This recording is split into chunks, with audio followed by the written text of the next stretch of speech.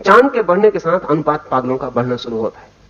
पूर्णिमा के दिन पागलखानों में सर्वाधिक लोग प्रवेश करते हैं और अमावस के दिन पागलखानों से सर्वाधिक लोग बाहर जाते हैं। अब तो इसके स्टैटिस्टिक्स उपलब्ध हैं।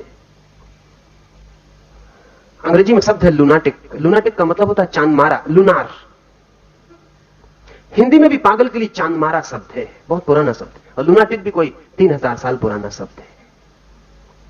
कोई 3000 साल पहले भी आदमी को ख्याल था कि चांद पागल के साथ कुछ ना कुछ करता है। लेकिन अगर पागल के साथ करता है तो गैर पागल के साथ नहीं करता होगा?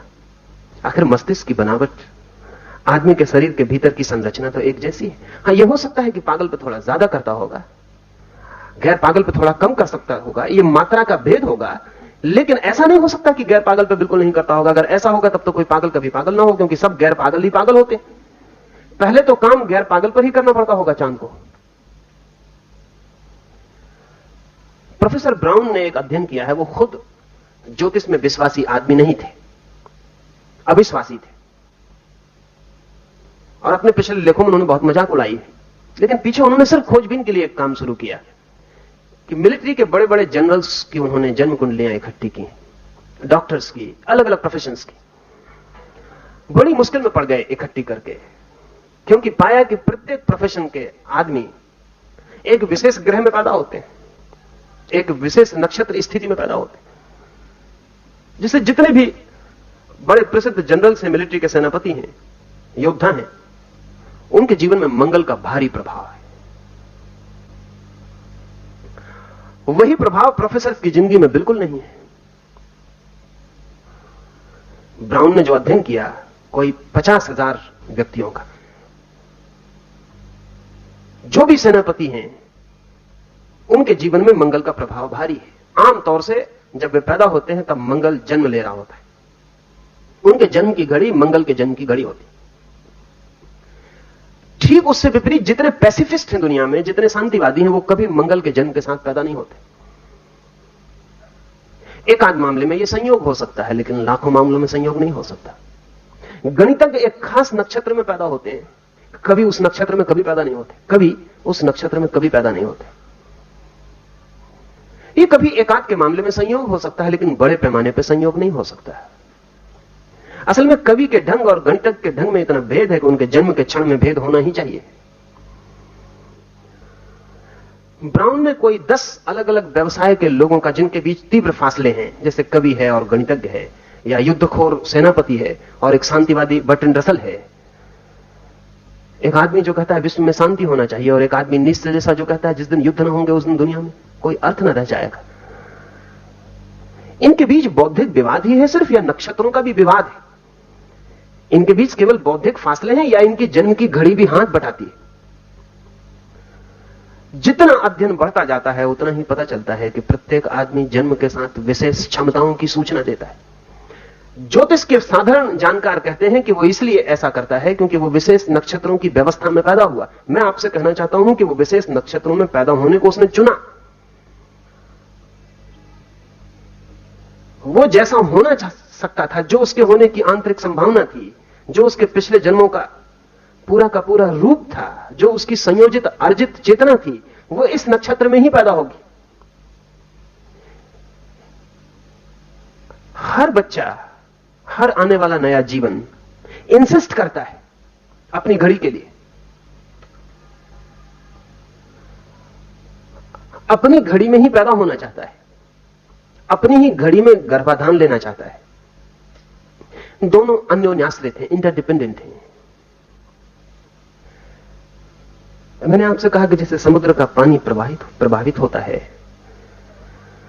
सारा जीवन पानी से निर्मित है। पानी के बिना कोई जीवन की संभावना नहीं है। यूनान में पुराने दार्शनिक कहते थे पानी से जीवन, या पुराने भारतीय और चीनी और दूसरे दुनिया की मैथोलॉजीज भी कहती हैं पानी से जीवन का जन्म। आज एवोल्यूशनरी को मानने वाले, विकास को मानने वाले वैज्ञानिक भी कहते हैं कि जीवन का जन्म पानी से। शायद पहला जीवन काई, वो जो पानी पर जम जाती है, वही जीवन का पहला रूप, फिर आदमी तक विकास। जो लोग पानी के ऊपर गहन शोध करते हैं वो कहते हैं पानी सर्वाधिक रहस्यमय तत्व है। और जगत से, अंतरिक्ष से, तारों का जो भी प्रभाव आदमी तक पहुंचता है उसमें मीडियम, माध्यम पानी। आदमी के शरीर के जल को ही प्रभावित करके कोई भी रेडिएशन, कोई भी विकिरणन मनुष्य में प्रवेश करता है। जल पर बहुत काम हो रहा है और जल के बहुत से मिस्टीरियस, रहस्यमय गुण ख्याल में आ रहे हैं। सर्वाधिक रहस्यमय गुण तो जल का जो ख्याल में अभी 10 वर्षों में वैज्ञानिकों को आया है वो ये है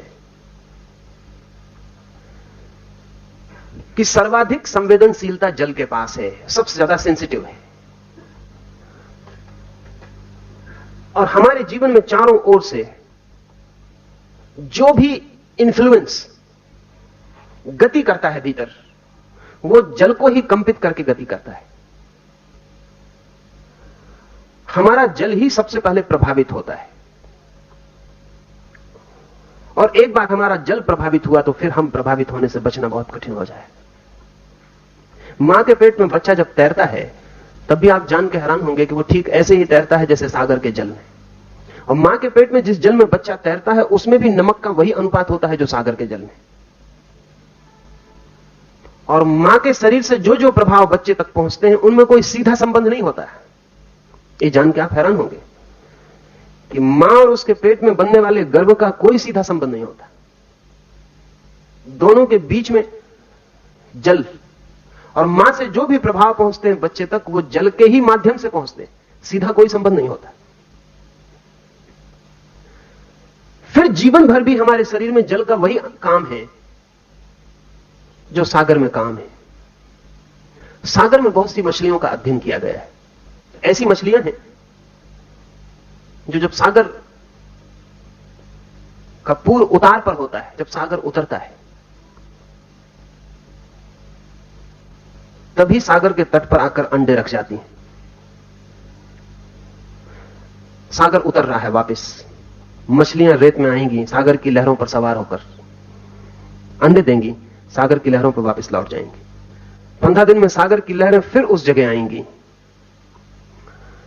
तब तक अंडे फूटकर उनके चूजे बाहर आ गए होंगे। आने वाली लहरें उन चूजों को वापस सागर में ले जाएंगी। जिन वैज्ञानिकों ने इन मछलियों का अध्ययन किया वो बड़े हैरान हुए, क्योंकि मछलियां सदा ही उस समय अंडे देने आती हैं जब सागर का तूफान उतरता होता है। अगर वो चढ़ते तूफान में अंडे दे दें तो अंडे तो तूफान में बह जाएंगे। वो अंडे तभी देती हैं जब तूफान उतरता होता है। एक एक स्टेप सागर की लहरें पीछे हटती जाती। वो जहां अंडे देती हैं वहां लहर दोबारा नहीं आती, फिर नहीं तो लहर अंडे बहा ले जाएगी। वैज्ञानिक बहुत परेशान रहे कि इन मछलियों को कैसे पता चलता है कि सागर अब उतरेगा। सागर की उतरने की घड़ी आ गई, क्योंकि जरा सी भी भूल चूक समय की और अंडे तो सब बह जाएंगे।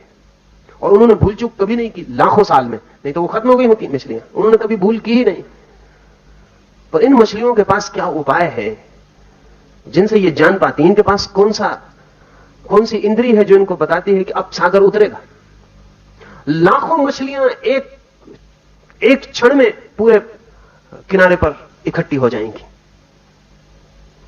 इनके पास जरूर कोई संकेत लिपि, इनके पास कोई सूचना का यंत्र होना ही चाहिए। करोड़ों मछलियां दूर दूर हजारों मील के सागर तट पे इकट्ठे होकर अंडे रख जाएंगी एक खास घड़ी में। जो अध्ययन करते हैं वो कहते हैं कि चांद के अतिरिक्त और कोई उपाय नहीं। चांद से इनको जो संवेदनाएं मिलती हैं, मछलियों को उन संवेदनाओं से पता चलता है कि कब उतार पर, कब चढ़ाव पर। चांद से जो उन्हें धक्के मिलते हैं, उन्हीं धक्कों के अतिरिक्त और कोई रास्ता नहीं है कि उनको पता चल जाए। यह भी हो सकता है कुछ का ख्याल था कि सागर की लहरों से कुछ पता चलता होगा, तो वैज्ञानिकों ने इन मछलियों को ऐसी जगह रखा जहां सागर में लहर ही नहीं है, झील पर रखा, अंधेरे कमरों में पानी में रखा। लेकिन बड़ी हैरानी की बात है, जब चांद ठीक घड़ी पर आया, अंधेरे में बंद है मछलियां, उनको चांद का कोई पता नहीं, आकाश का कोई पता नहीं। जब चांद ठीक जगह पर आया, जब समुद्र की मछलियां जाके तट पर अंडे देने लगी, तब उन मछलियों ने पानी में ही अंडे दे दिए। उनका पानी में ही अंडे छोड़ देना, क्योंकि कोई तट नहीं, कोई किनारा नहीं, तब तो लहरों का कोई सवाल न रहा।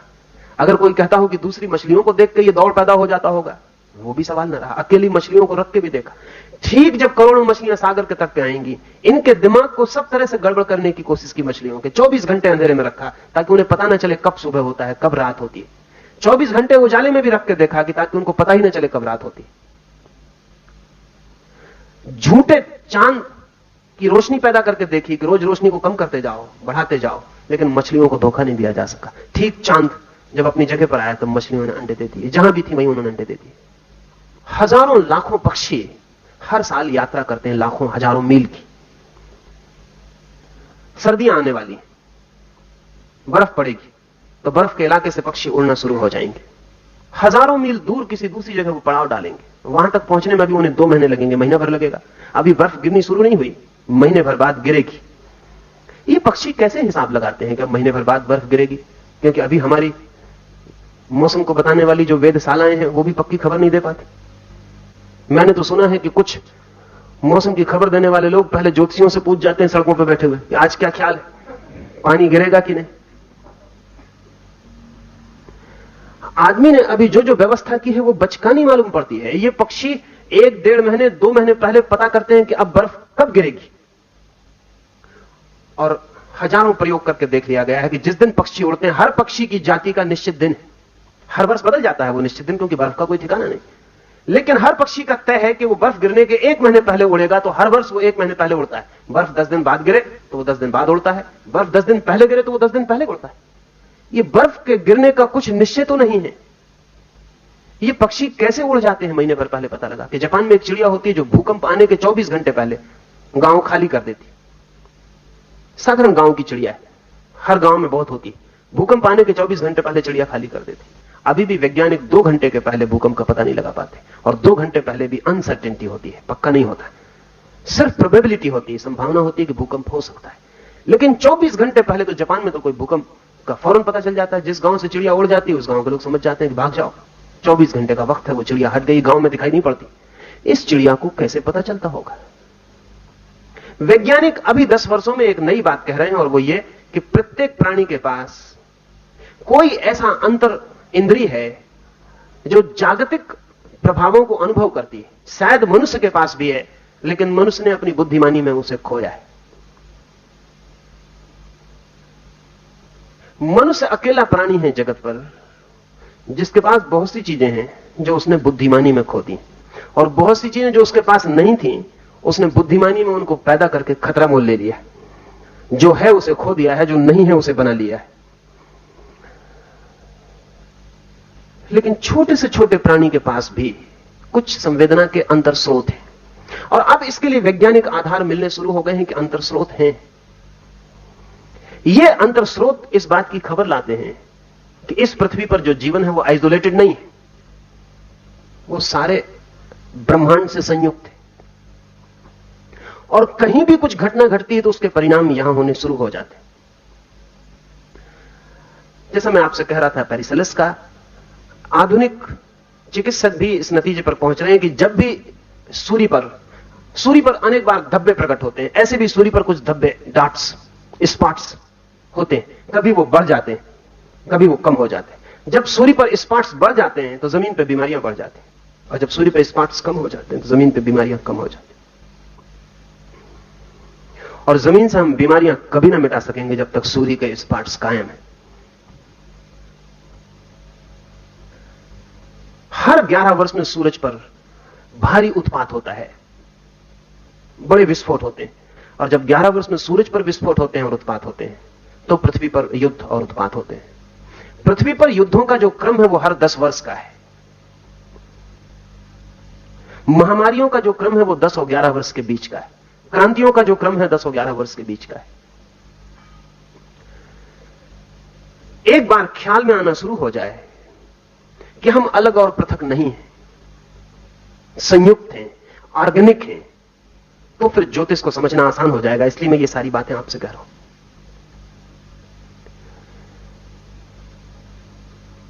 कुछ आदमी को ऐसा ख्याल पैदा हो गया था, अब भी है, कि ज्योतिष एक सुपरस्टिशन, एक अंधविश्वास है। बहुत दूर तक ये बात सच भी मालूम पड़ती। असल में वही चीज अंधविश्वास मालूम पड़ने लगती है जिसके पीछे हम वैज्ञानिक कारण बताने में असमर्थ हो जाएं।